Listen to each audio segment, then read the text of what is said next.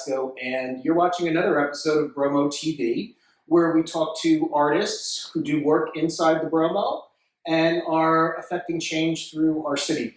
Today, I'm very excited because Erin Douglass is here. And Erin called me a few months ago, and we've been chatting back and forth. We finally got together for coffee, and she's a photographer. And she had this most amazing idea that just like tickled me right through, and I can't wait for you all to hear about it. Erin tells the story in a new photographic essay of Burning Man, but she tells it from the perspective of people of color. And as I was saying, I think most when we first started chatting, I think most people think of Burning Man as like an elite white thing. Oh yeah. So how did you come to find out that people of color actually went to Burning Man? I didn't know people of color went to Burning Man. I figured my first time in 2007 that I was going to be one of very few. So I figured I would not see anyone because I knew it was probably a spread out place. And so I would be lucky if I bumped into someone. That's what I envisioned happening. And then it wasn't so. It wasn't a lot of people in comparison, but I definitely bumped into more people than I expected. So that means it's still all 70,000. There's basically 70,000 white people there still. So to me, and a handful of people of color. Handful of people. Now, do they tend to hang out together? Is it? No. Last year. No, I just would see them randomly, and it wasn't like I think there was one person who told me that they had an actual like black camp, like people of color camp. But other than that, it was just like random people who some people had been a few times and just I guess had been a part of the culture in some kind of way, and others it was their first time. So, I've never been to Burning Man, and the closest that I've come to it is, I don't know if you've read Tales of the City. I have not. They are the almost Maupin books about San Francisco in the 70s, and this last book, actually, they all go to Burning Man. Oh, okay. And they tell the final story of one of the characters at Burning Man. Okay. So that's really the only experience or the closest experience that I have to it, even though I've been promising myself to go. So as a first time you set foot in there, what was it like for you? Did you have that spiritual epiphany everybody talks about? I think I did. I first stepping onto it, my mouth was just dropped. I wasn't really sure where I was. We'd been waiting in line for hours, so it was light when we got there, dark when we actually drove onto the playa, which they call it. And it just looked like a different world. And at that moment, I was like, I don't know what this place is and what I got myself into and what am I supposed to do. And then you go through so many different emotions there that I think you almost are forced into some spiritual type of thing because you go through in such a short period of time so many different thoughts that make you think of other things that are pretty deep. So I think that's one reason that causes people to have these like reflective epiphany, emotional, spiritual moments that regular life just doesn't force you into in such a like crazy, stimulating, short period of time way. So I would say yes, and I think this year, my second time, even more so, I think. So how did you become a photographer? Oh man, long story short, always had a camera in my hand as in the friend group. Took a class, which was at that time film in high school, my senior year. Took it as an elective, one class as an elective in college 1 year.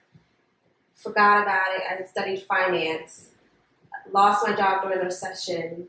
Because you were like on Wall Street. Yeah, I wasn't technically on Wall Street, but I worked within that world for sure. So definitely got affected.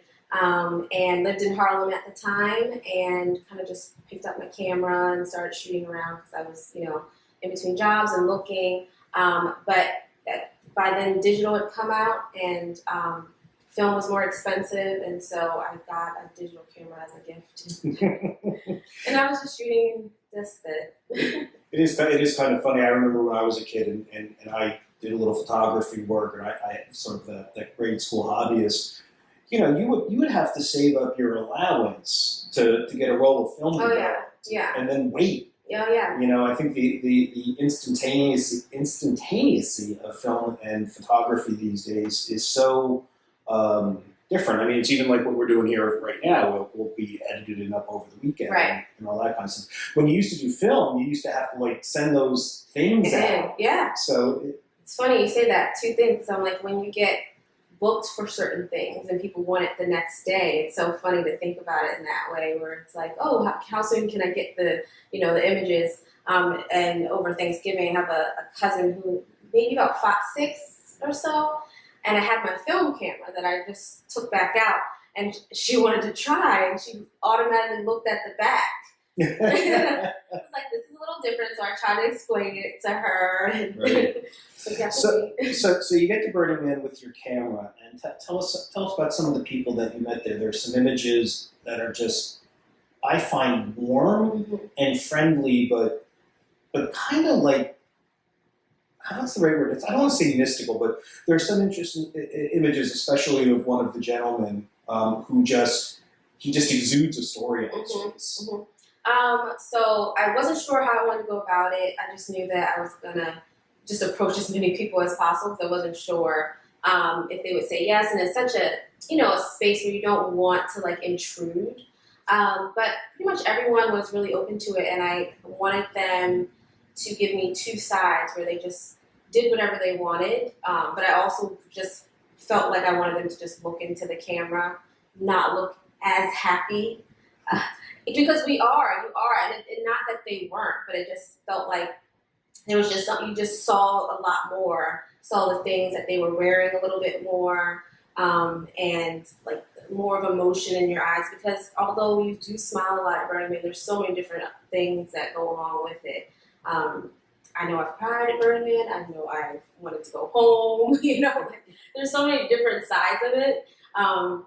So yeah, I just let them give me whatever they could, but I definitely felt the need of getting the like in the middle of the road shots for most of them as an option.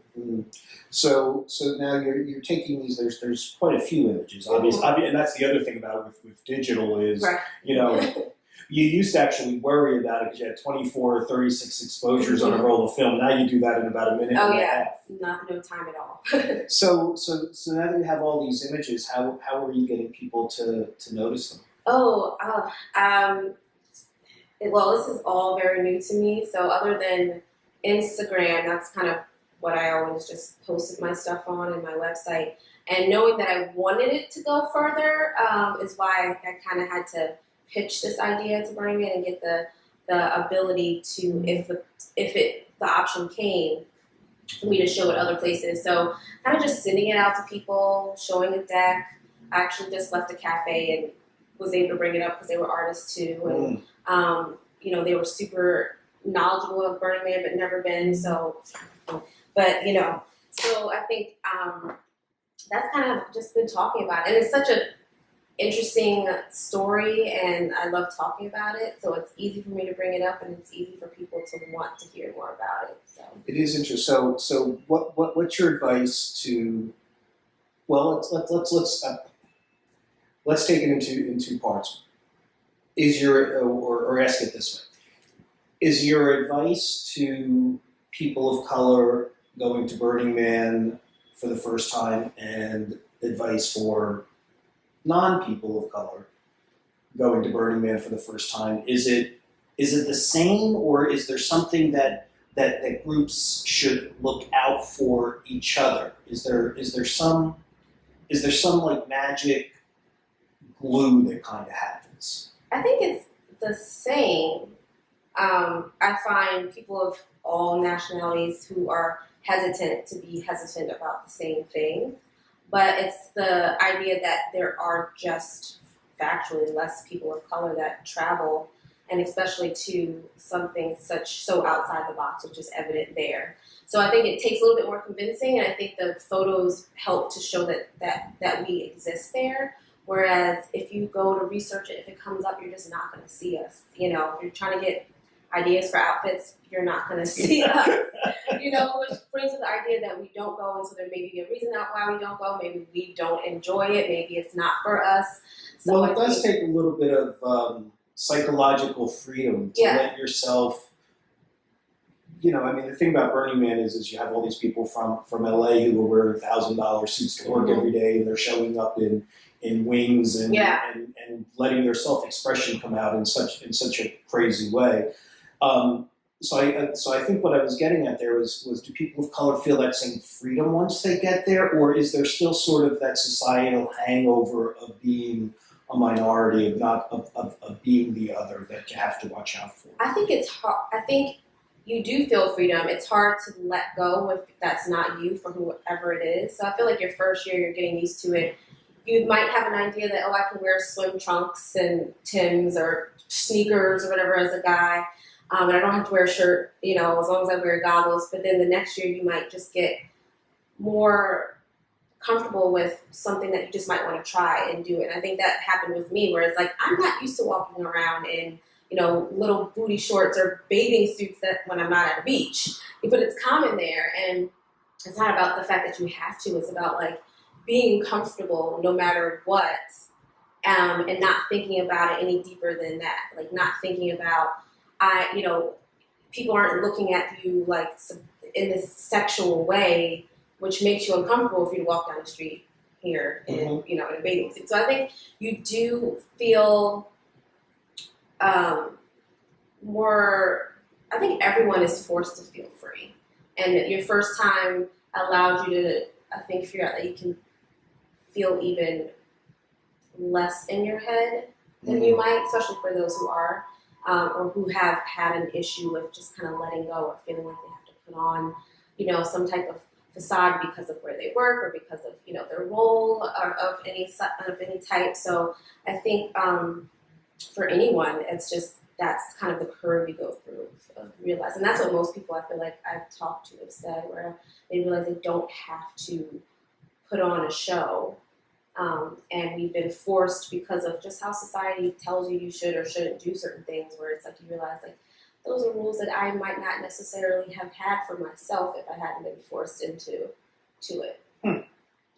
That's all very interesting. And the photographs, as you've been seeing, as we've been talking, been coming across the screen, are just remarkable. And the Bromo is working with Erin to find some space for a show, a more formal, printed out and show it. Because I do think that when they're up on the wall, and people are looking at them as a group, it spurs a discussion. Mm-hmm. That I think we've had a little bit here today, but I also think that other folks would have. That I think would be really enlightening, because I just never thought about it. Like I said, I'm very interested in helping to bring these photos and to bring your work out, because my gosh, I just don't think people ever really had the thought about looking at Burning Man through other than commercialized. I mean, it's becoming really more commercialized now. I mean, they actually have a mini airport for the private jets from LA. They do have an airport that you can. I haven't heard of the private jets, but I'm sure they do exist. I think the interesting thing about it is that even from the outside world, you hear about it, but when you're there, that's not the first thing people are talking about. Right. And unless you just happen to bump into someone who had that experience coming in, you don't know, So there's options to meet people, and you might meet a millionaire. Who knows if you're going to know right then? Right. But nothing's obvious. So you really don't know who you're standing next to until you read some articles about, it's this and that. And you're like, I didn't really notice that, because the last thing people are really talking about are stuff from the outside world and what they're doing and how much they're making and right. that kind of stuff. Yeah, that's great. Well, I'm excited that you went. You've inspired me to try and get there before I apply for Social Security. That's my goal. Yes, to convince everyone. I'm pretty 100% right now. I'm convincing everyone I've talked to. Well, the photos, you can see the photos on Erin's website. You can see them here during the video. And we will keep you informed when we find some walls for Erin to hang these on. Erin Douglass, photographer. Yes, I'm excited. Not former financier. No, I'm a photographer. Thank you. Thank you very much for this important work, and thank you very much for talking with us today. Well, thanks for having me and the support. Appreciate it. You've been watching Bromo TV. We'll have another episode with another artist who shows their work in the Bromo, the downtown arts district, very soon. Thanks a lot for watching, everybody. Talk to you soon.